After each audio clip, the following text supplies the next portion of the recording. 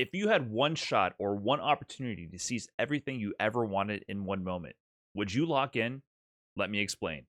I'm, of course, talking about the Capcom Pro Tour. We're at the very end of the Capcom Pro Tour 2024 offline season. We already have 8 out of the full 10 offline qualifiers who have qualified by either winning a Premier event or getting top 2 at a Super Premier. And now we have the penultimate event for the season, which is, of course, Blink Respawn 2024 in Dominican Republic, the home country of MenaRD, the only 2-time Capcom Cup champion, and the EVO 2024 Japan champion, who is going to be competing in this event as well, along with Tachikawa here, the only representative from Japan. Tachikawa on his 27th birthday flying in from Japan to the Dominican Republic. We also have the next generation of Street Fighter champions. Black Esports has sent their players from Chile to compete. We have Maxilla, Craime, only 13 years old, and Blaz, 15 years old. And these are the players from the South America East region, where Blaz, at 15 years old, became the youngest person to ever qualify for Capcom Cup by being the most consistent player with the most points out of this Super Premier region. Craime is also in that region, of course, competing and being very consistent. At 13 years old, is the number 3 ranked player who will be competing in the regional finals as well to earn his qualification spot into Capcom Cup. And beyond those players, of course, we have other notables, such as all the strong talent out of the Dominican Republic region. Of course, you know MenaRD, you know Kaba, but also players like Crossover and Louis Man, and then NA representatives such as Dual Kevin, NoahTheProdigy, JustAKid, and Uriel Valorio out of Mexico, and Kusanagi, top 16 Capcom Cup finalists out of Mexico as well, and many other strong players attending to compete for their shot to qualify for the Capcom Cup. And then off to day one, off to the action. Things get started immediately with this match here. Tachikawa versus Klostra, a native Dominican Republic player. Klostra rocking Blanca, Tachikawa with his modern Ed, his signature pick here. Here, Klostra is on set point already. Tachikawa puts himself into burnout with the driver's cancel to get the pressure into the corner. Secures the throw. Needs one more interaction to get the win. Doesn't bite on the throw. Does Klostra. Manages to escape the mid-screen. And the DI. Tachikawa doesn't react with the modern level 3 cancel through the button. Eats the throw in the corner. One interaction away from potentially dying. And meaty DI from Klostra. It trades with the jab. And Klostra manages to take the set over Tachikawa, and you can see he is besides himself right here in this moment, distraught at the loss. He had modern. He definitely could have reacted to that meaty DI option with the level 3, but just doesn't get it in his time. And Tachikawa, after the long 30-hour plus travel time from Japan to the Dominican Republic, drops down to losers in pools. Big plays from Klostra right there to make the upset happen. Next up, we have MenaRD versus Nain Jr. from Honduras. And look at this. This is final game, final round in this first of 2 set in pools. MenaRD switched over to the Akuma once he realized how strong Nain Jr.'s Luke really is. Perfect parry on the air fireball approach into the full punish with the crouching strong starter from Nain. Has MenaRD in the corner. Eats the wake up ODDP. Perfect parry on defense. Again on wake up this time. Has MenaRD on his final legs in the corner. One throw lands. Meaty crouch fears, drivers cancel for pressure. The DP whiffs, but MenaRD doesn't confirm the punish. The second crouching strong whiffs, and he doesn't go into the stand heavy punch to get the full combo. Back to mid-screen between these two players. Tense moment. Dashes underneath the demon flip. Finds the heavy kick. Punish counter into the DP. And Nain Jr. out of Honduras puts MenaRD into losers in pools. 2 of the favorites to potentially take the whole tournament, Tachikawa and MenaRD, are in losers already, and it's only day 1.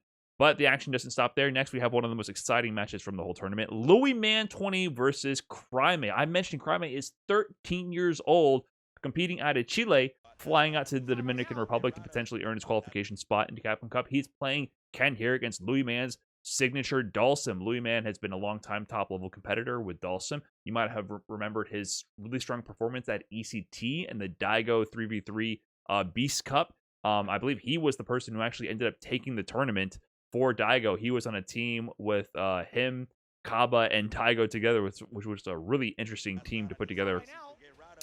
Craime here, though, on set point. Drive rush into DI. Doesn't quite get the stun. Louis Man trying to escape the corner, but the DI lands airborne against the drill. He gets the conversion here to side swap. Louis Man fighting back, but Craime puts himself into burnout to secure the pressure. Louis Man slides out of the corner, finds the stun himself, and here we go. It's time for the highlight reel. He's going to charge up this level 2 all the way, get the max damage conversion into the level 1, the full extension there. Look at the damage Dhalsim gets there in that optimal stun conversion. Finds a counter hit, down back, heavy bunch, but doesn't convert it.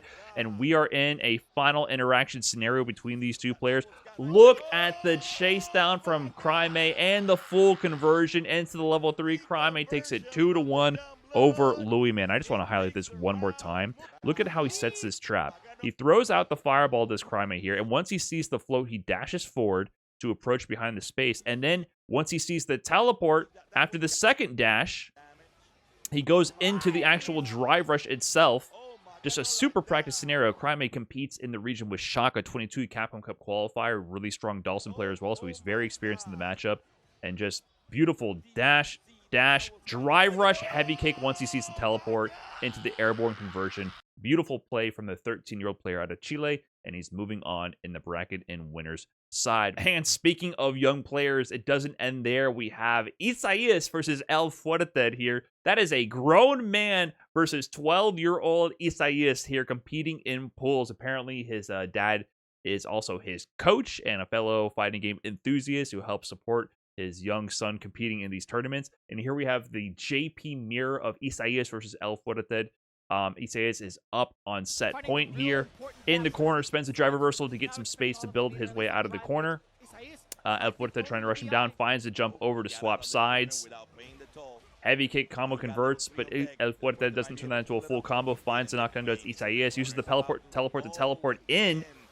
Gets the jab confirmed. That's not easy for a 12-year-old to pull off. The jab level 1 confirmed. And Isaias, 12 years old, takes it over El Fuerte. So lots of potentially strong players coming out all over the world. So it's really interesting to see the young players step up and compete in these tournaments these days.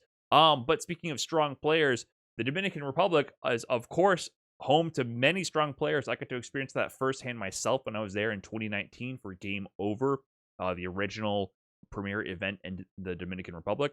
And if you look at the World Warrior leaderboards, it's interesting to see that it's not Kaba, it's not Louis Man, it's not Crossover, some more household names in the world of Street Fighter as the #1 ranked player out of the regions.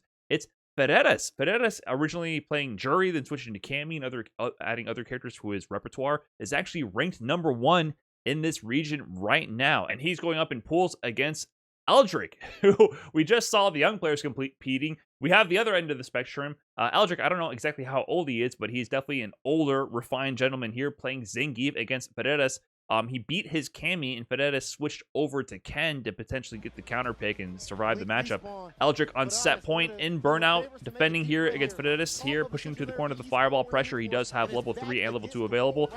Doesn't connect with the level 3 or the SPD, but he misses the combo. Does Ferreras? He drops the combo. He definitely could have converted to his own level 3 and gotten the job done. Instead, the drop occurs. Eldrick finds the jump cross up out of the corner to convert into his full combo into level 3. And the #1 ranked player in the DR region, Ferreras, goes to losers early in pools versus an OG Zangief player, Eldrick. So big upsets continuing to happen in this region. But we have another potential upset brewing here. We have Nane Jr., the man who put MenaRD into losers, going up against Blaz. Back-to-back Capcom Cup qualifiers. MenaRD and Blaz are the only 2 Capcom Cup qualified players in this tournament right now, and Nane is having both of them back-to-back, now top 48 winners in this match. Here, Blaz is in burnout in the corner, but he has level 3 versus Nane Jr., some drive meter, and a level 1 to his name. Nane is looking for one final interaction to get the job done, but Blaz finds the counter poke, crouching light kick into the blitz, into the level 3, and that should be it. But wait, a pixel! Nane Jr. staying alive by a pixel, trying to find a single opening that he needs to steal this round. Blaz trying to close it out without taking too much risk here.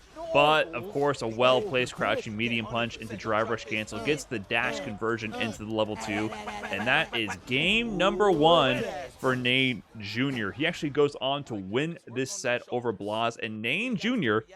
has put both Capcom Cup qualifiers in this tournament into losers in a row. And who is this guy, Nane Jr.? Well, he is competing out of Honduras in the Central America West region. And he's doing decently for himself. He's in the loser side of the regional final. So after their 5 events, he is in a 5th place position and will compete in the regional finals on starting in losers. But more so than that, this is also Nane Jr.'s first ever offline event. Super excited for traveling for the very first time in my life. I'll do my best at this event. Can't wait to meet everyone. See you then in a few hours. Well, Nane Jr., you are on a fairy tale run so far, not only sending MenaRD to losers, but also Blaz back-to-back. 2 of my favorites to take the entire tournament, the only 2 Capcom Cup qualified players in the bracket, and Nane Jr. out of Honduras has beat them both so far. So big shout-outs to Nane Jr. for that performance. Moving on into the bracket, though, we have the other Chilean representative, Craime, up against Paladin, who you might know as the young American player, 16 years old, playing Ryu, who in 2023 actually eliminated Punk the God from the CPT US East Premier qualifier, effectively gatekeeping Punk from making it into Capcom Cup and ending that run in 3rd place in US East. Here, he's added other characters to his arsenal. He has an Akuma and also a Kami here, up against Craime, 13 years old. Fighting his way out of the corner is Craime, using Ken's amazing Jinrai pressure to force the burnout. Paladin looking for a way to combo to the level 3. The side swap there and the awkward cross-up gets the OD Jinrai conversion into the level 2. Craime pushes Paladin into the corner. One more interaction is all he needs. Finds the counter poke after blocking the wake-up jab to take the set. And Craime, at 13 years old, has officially become the youngest player ever to secure a CPT Premier top 8 appearance. Legendary performance and history in the making for Craime. Meanwhile, on the other side of top 48 winners, NoahTheProdigy, the original Prodigy. Don't forget, there's someone with the name already. It's going up against Crossover RD. Crossover is a frequent representative in the top 8s at TNS Weeklies. He also qualified for Capcom Cup out of the Latin America region in 2018. He wasn't able to attend back then in the Street Fighter V era due to visa issues, but he's no stranger to high-level competition, and this match was a slugfest between these 2 players. Final round of the first game, fireball to drive rush to bait out and punish the neutral jump attempt. Noah is, of course, in burnout in his natural habitat early in the round, and Crossover is trying to take advantage of that by going into the level 3 early off of this Jinrai conversion right here. One more interaction is all he needs. Drive rush throw whiff to bait out a response from Noah. He punishes the throw but doesn't optimize it. I don't know if a drive rush cancel would have given him the kill or not, but it leaves Noah alive, which is a dangerous position to be in. Light whiff, drive rush cancel to get in. Noah on the verge of burnout again. Goes into burnout to get the combo, but it's worth it because he gets the CA confirmation, and Noah brings this back, pops off a little there in the top left corner for the crowd, hyping the crowd up, and goes up on the board over Crossover here. He ends up actually taking that set, and Noah moves on into top 8 winners side. Another match here, Dual Kevin versus Kaba, 2 of the most consistent players in this tournament. Dual Kevin's been having a hell of a year with top 2 and top 3 CPT Premier finishes for his last 2 events. He's on set point versus Kaba, baits out the whiffed upside down kick with an excellent heavy kick whiff punish, and of course, it's final round here for Dual Kevin and Rashid. He pops the level 2. You take 1 throw, you take 2 throw. Kaba playing defense, playing it properly, mathematically. You should take your throws and be happy when Rashid level 2 is on the screen. But the pressure here in the corner from Dual Kevin, he's managing to keep control here and perfectly placed jump in over the OD boom. That is a dominant 2-0 from Dual Kevin over Kaba there to slide his way into top 8 winners side. Next up, we have Nane Jr. versus Craime.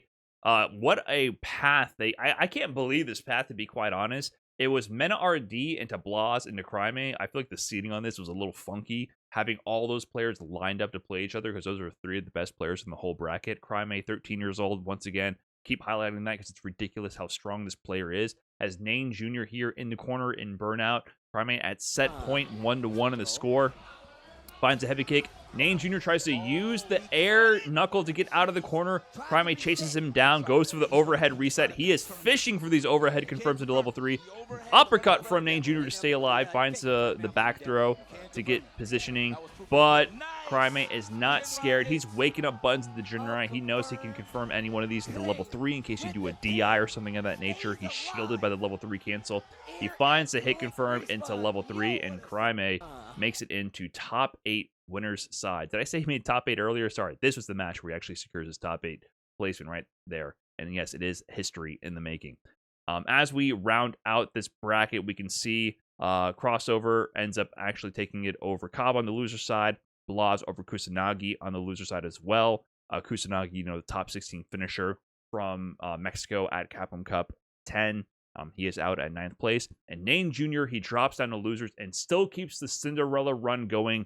Takes it 2-1 over Klostra, the player who put Tachikawa into losers originally. Then moves into top 8 loser sides. And MenaRD, also put into losers by Nane Jr., makes the full run from loser side to get into top 8 loser side. Tachikawa, on the other hand, he was eliminated earlier by Crossover after making a run for himself as well. And JustAKid ended up making top 8 winner side, taking it over Kusanagi in that set. So that sets up the final top 8 bracket. Craime versus NoahTheProdigy. The Prodigy showdown right here on the winner's upper half. Then Dual Kevin versus JustAKid, the Midwest showdown. Nane Jr. versus MenaRD, the run back from the man who put him to pools, put him into losers and pools very early on, and then Crossover RD versus Blaz. So as we get into this match, some interesting stats here from Inkross. Age of players in Blink Respawn top 8. Craime 13, Blaz 15, NoahTheProdigy 21, Jack 23, MenaRD 25, Dual Kevin 28, Crossover 35 to 36, and Nane Jr., he clarifies here, 27. The average age of the past premiere was 34. That was CPT Japan, 34. You can see that this CPT top 8 features a lot of young talent making their mark on the scene. But let's get into the actual action itself. First off, we have Craime versus NoahTheProdigy. This match was a slugfest. Here we have both players 2 games apiece. NoahTheProdigy at set point, and of course, in under 20 seconds, Noah's in burnout and in the corner already. Craime exerting his pressure, lands the sweep, goes for the meaty DI, and it connects. Noah does not react with the level 1.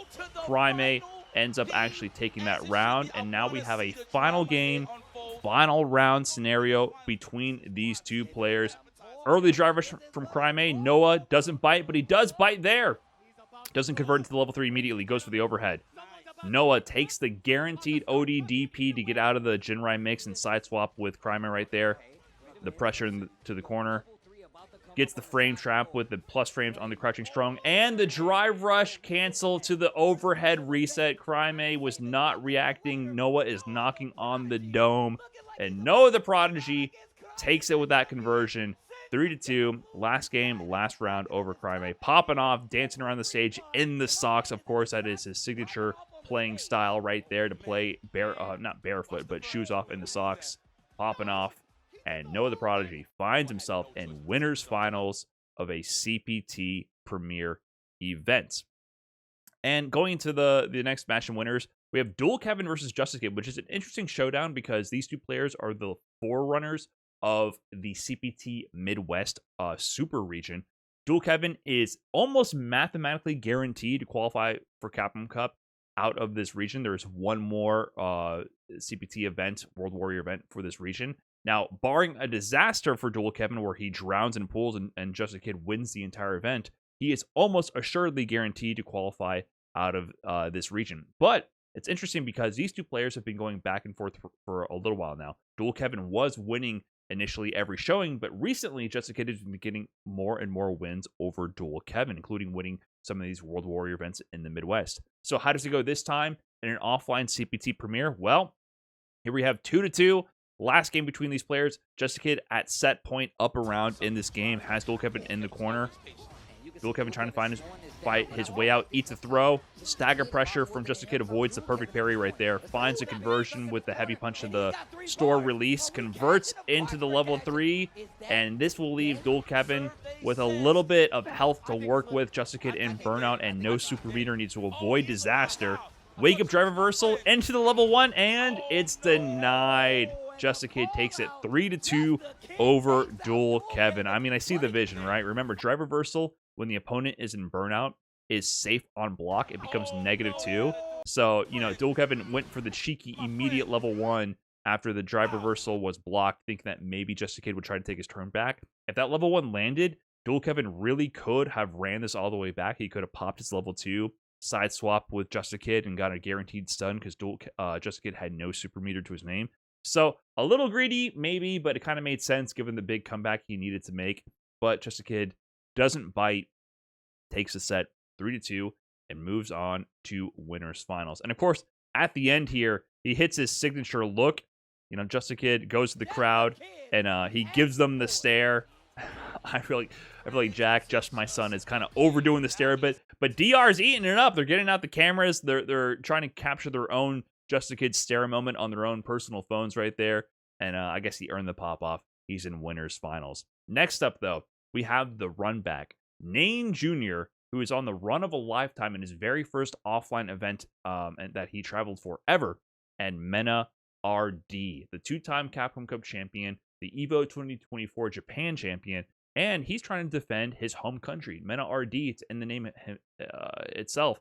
He is the champion of the Dominican Republic. So, how does it go in this showing?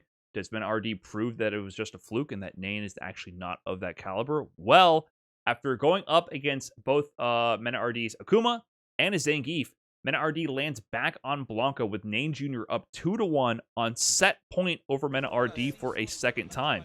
He misses the drive rush light. Nane punishes with a well-placed crouching strong, puts MenaRD into the corner, finds the meaty throw. Meaty crouch heavy punch, possibly catching MenaRD trying to do an up back Blanca ball or jump out of the corner. Meaty DI gets perfect parried though in response, and he puts Nane Jr. into burnout, pops to level 2 here after getting the anti-air. It's time for MenaRD to party. Goes for the Blanca ball. Anti-air from Nane Jr. And on the extension from the Blanca ball level 2, Nane responds with the level 1 from Luke and eliminates MenaRD in the run back in top 8, loser's side. 3-2-1, proving it wasn't a fluke and proving that Nane Jr. is really of the caliber to take sets over the best in the world. MenaRD is out of Blink Respawn in the Dominican Republic at 7th place. Wow. On the other side of losers, though, we have a slugfest of a set. Crossover RD versus Blaz. Now, Crossover actually ended up switching to the Ken to go for the Ken mirror. He did originally start the set with his M Bison. Here we have Crossover at set point versus Blaz here. Just needs to secure one more round to move on in the bracket. But Blaz is fighting out of the corner. Backdash on the throw. Still trapped in the corner here. Trying not to get whip punished. Crossover fighting back with the OD. Finds the meaty. Gets the full conversion into the DP. And Blaz is actually eliminated at 7th place. You know, Blaz mostly rocking Ed, sometimes switches to his other Shoto characters. Crossover RD, eliminating the other Capcom Cup qualified player at 7th place. So Crossover moves on in the bracket here. Moving on in the bracket, though, Dual Kevin does end up going up against Nane Jr. and takes a set 3-0 in solid, suffocating Dual Kevin fashion with just, you know, well-placed anti-airs and footsies. So Nane Jr. ends up being eliminated at 5th place, so his fairy tale run comes to an end. But Nane Jr., you should be extremely proud of your performance, taking out some of the best players in the world during your run and proving that you are a top caliber player in your own right and putting Honduras on the map. But the next set, Craime versus Crossover. Crossover is going up back-to-back against the Chilean prodigies here. And here we have a super exciting set. Crossover with the N Bison up against Craime's Ken here. One round apiece here in the first game. Drops the combo conversion, does Craime. Crossover capitalizes by planting the bomb. Lands one throw. What are you going to do here on defense, Craime? scissor kicks are made safe by the bomb explosion. Jinrai connects. Run, stop, throw, denied. Crossover. Trying to defend against the situation here. Perfect parry on the stand. Heavy punch. Run, reset, backdash, react to DI with the shim sham shimmy right there. Counter DI, conversion to the level 2. And Craime takes the first game in explosive fashion there over Crossover. Crossover eventually is forced to switch to the Ken and find success there. He's up 2-1 on set point versus Craime now. But this time, he has Craime into the corner. Baits out the wake of level 3. He needs a big punish here, but doesn't really get an optimal punish and drops the Jinrai extension in the corner. Leaves a lot of damage on the table there. Does Crossover. He even had a level 3 to his name, but he lands the throw loop. 3 throws. 4 throws in a row.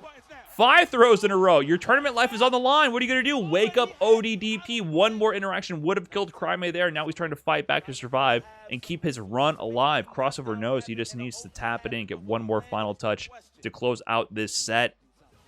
Back to the neutral. Craime trying to build space with the run step kick there.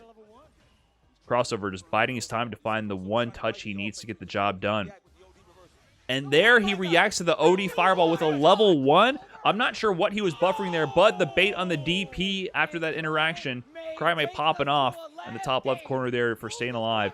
I'm honestly not sure what Crossover was looking for. Maybe he wanted to react to like a Dragon Lash or something of that sort, but level 1 and level 2 from Ken are not projectile invincible at all. OD Fireball would stuff both those options. Level 3 would go through fireballs, but it doesn't have that much horizontal range. So I'm not sure what the logic here was from Crossover, but he burns a level 1. Craime recognizes it and gets a full punish and stays alive to tie up the set 2-2 between these two players. Now this time, Craime is on set point against Crossover. He's trying to close out this set in return after Crossover was on set point. Finds the side swap combo to put Crossover into the corner. We have 1 throw. We have 2 throws. Is this karma for the throw loops from earlier? No, this time he stops it short and goes for meaty DI. Crossover wasn't prepared for it. Into the conversion, into the level 3. Craime with the pop-off, and he takes it over Crossover to move on in loser's bracket. Excellent play from Crossover, but really great adaptation from Craime and clutch factor to stay alive in the tournament. Moving on to the next set, though, we have winners finals between 2 of NA's finest. These players have been 2 of the most consistent players out of North America for all of Street Fighter 6 at this point. NoahTheProdigy at set point, 2-2 right now. He's in burnout where he wants to be early in the round. Jack has level 2 going, but can he even open him up? No, he cannot. And Noah has the level 3, which is like the shield that Luke has. It makes all of his knuckles much more safe because you can't use DI. He will just counter your DI with cancels to level 3. Finds the level 3, which allows him to get out of burnout. ODDP on the Oki from Jack trying to stay alive in this set. He wants to go to Grand Finals winner side, but it will not be happening. Noah places the crouching medium kick, gets the drive rush cancel, and there's the pop-off with the windmill to celebrate his entrance into Grand Finals winner's side. Well played to Noah. Jack's going to have to fight it out from losers. And speaking of loser's side, we have Craime going up against Dual Kevin. And at first, this felt like a typical Dual Kevin set where he just out-fundamentals his opponents, smothers them with his strong neutral and anti-airs, and was about to go out winning the set 3-0. When he was up 2-0 versus Craime's Ken, he decided to switch to Ryu. And then suddenly, Craime started to look alive. Here we have a round apiece between these 2 players. Dual Kevin 1 round away from closing out the set to moving on to losers finals. Craime finds the low forward into the Hasho Geki to confirm into the level 3. Puts Dual Kevin into the burnout. The pressure from Craime's Ryu is strong. Jump heavy kick into immediate DI. No button into it. Very tricky timing on that so that Dual Kevin wasn't ready to react. He goes for a reset on the drive rush cancel, but that allows Dual Kevin to pop the OD spinning mixer and get the level 2 out. But look at the reaction right there. I have to highlight this. Craime is less than half a bar away from burnout, meaning if he attempts to use parry, if he does not get a perfect parry, a 2-frame window, he will go into burnout. He will not be able to get the parry. So Dual Kevin pops to level 2 knowing, hey, you either perfect parry this or you go into burnout and it's checkmate. He has no super meter. He'll probably just get shipped in the meantime. What does Craime do in response? He perfect parries the first hit of the tornado, which prevents him not only from going into burnout, but also fully restores his drive meter as he's able to absorb the remaining hits. So this attempt from Dual Kevin here to, immediately end Craime's life actually kind of backfires. Craime gets the parry, stays alive, enhanced mixer for plus frames.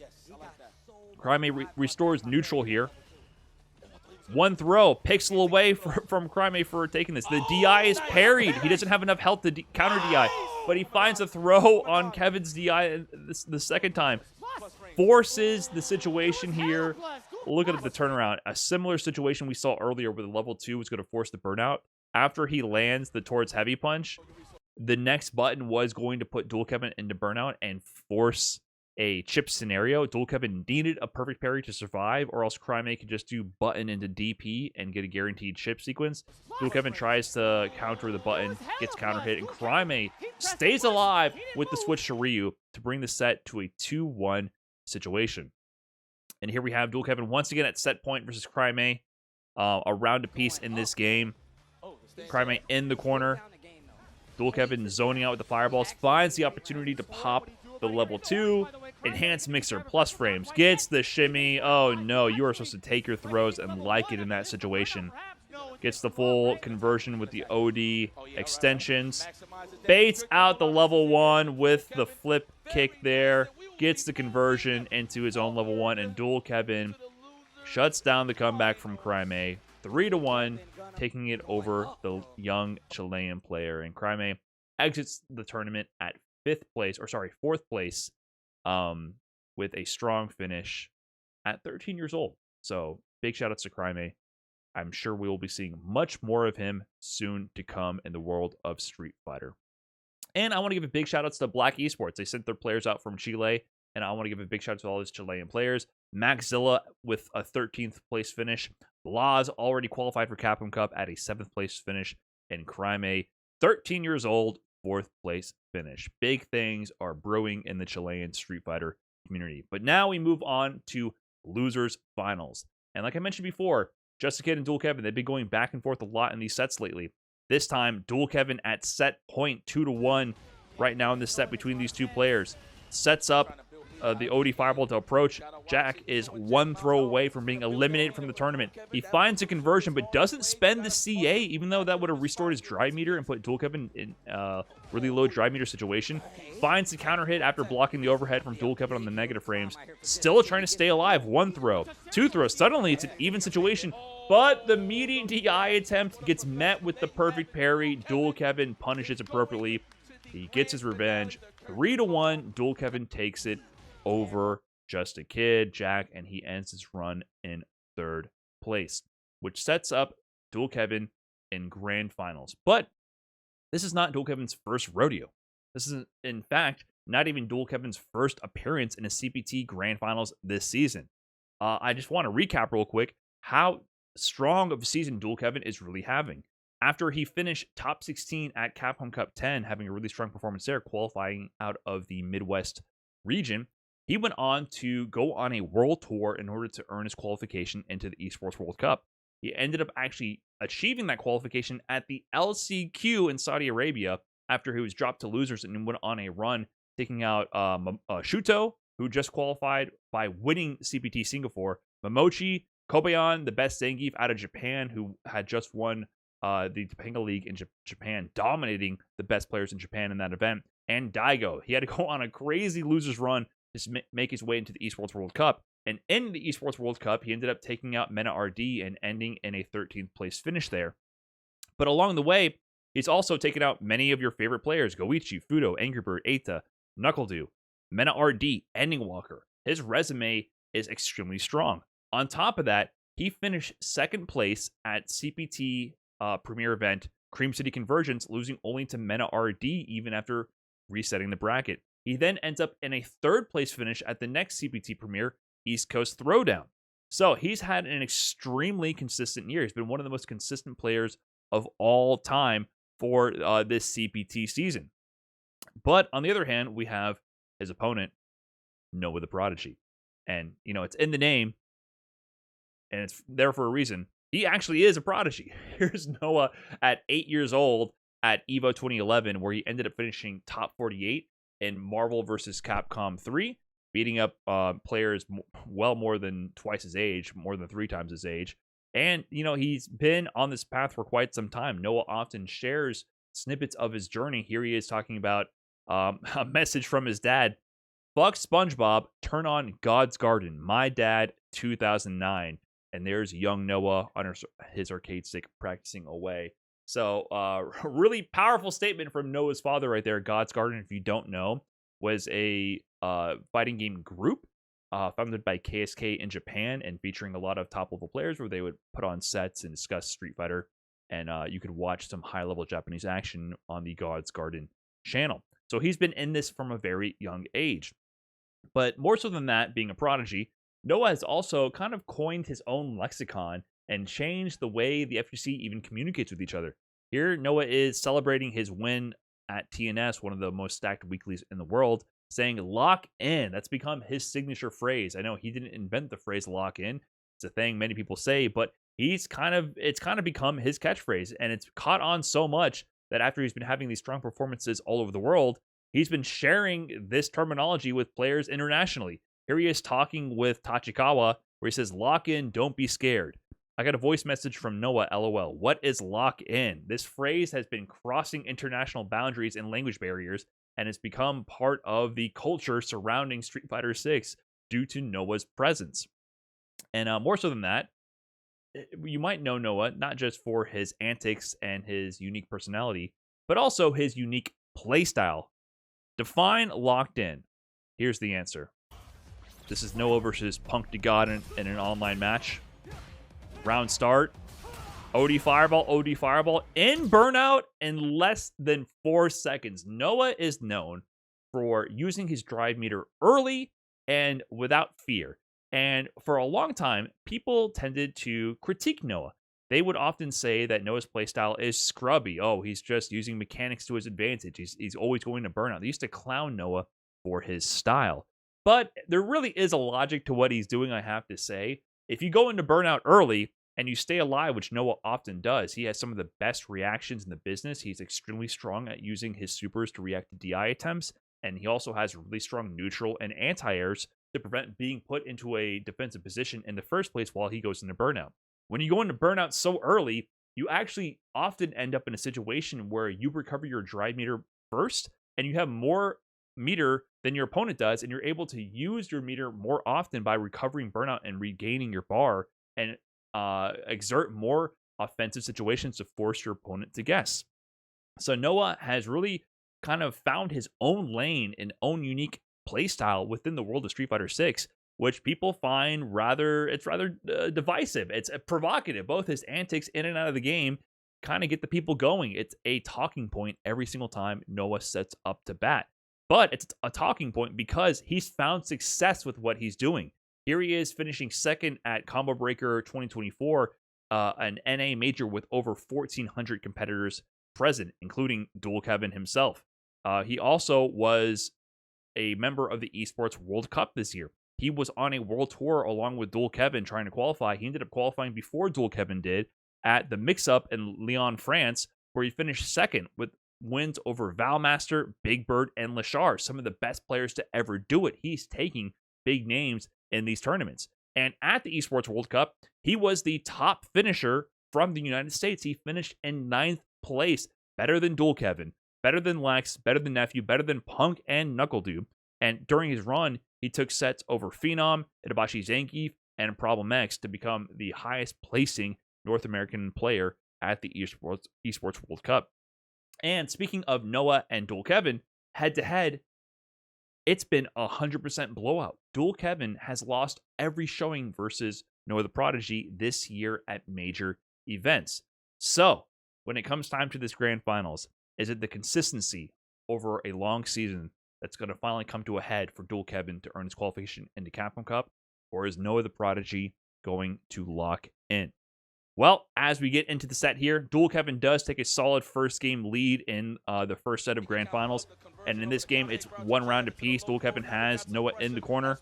Noah is fighting his way out. In burnout is Dual Kevin defending. Finds the anti-air spinning mixer to get his offense going again. NoahTheProdigy is poking away with his buttons, trying to find an opportunity to drive rush in. He finds it there. Dual Kevin is staying strong, but this time the jump in lands. This is a common theme with Dual Kevin's runs. Dual Kevin is known for having some of the strongest anti-airs in the business, but while Rashid's spinning mixer is a very strong anti-air, it does have a distinct weakness.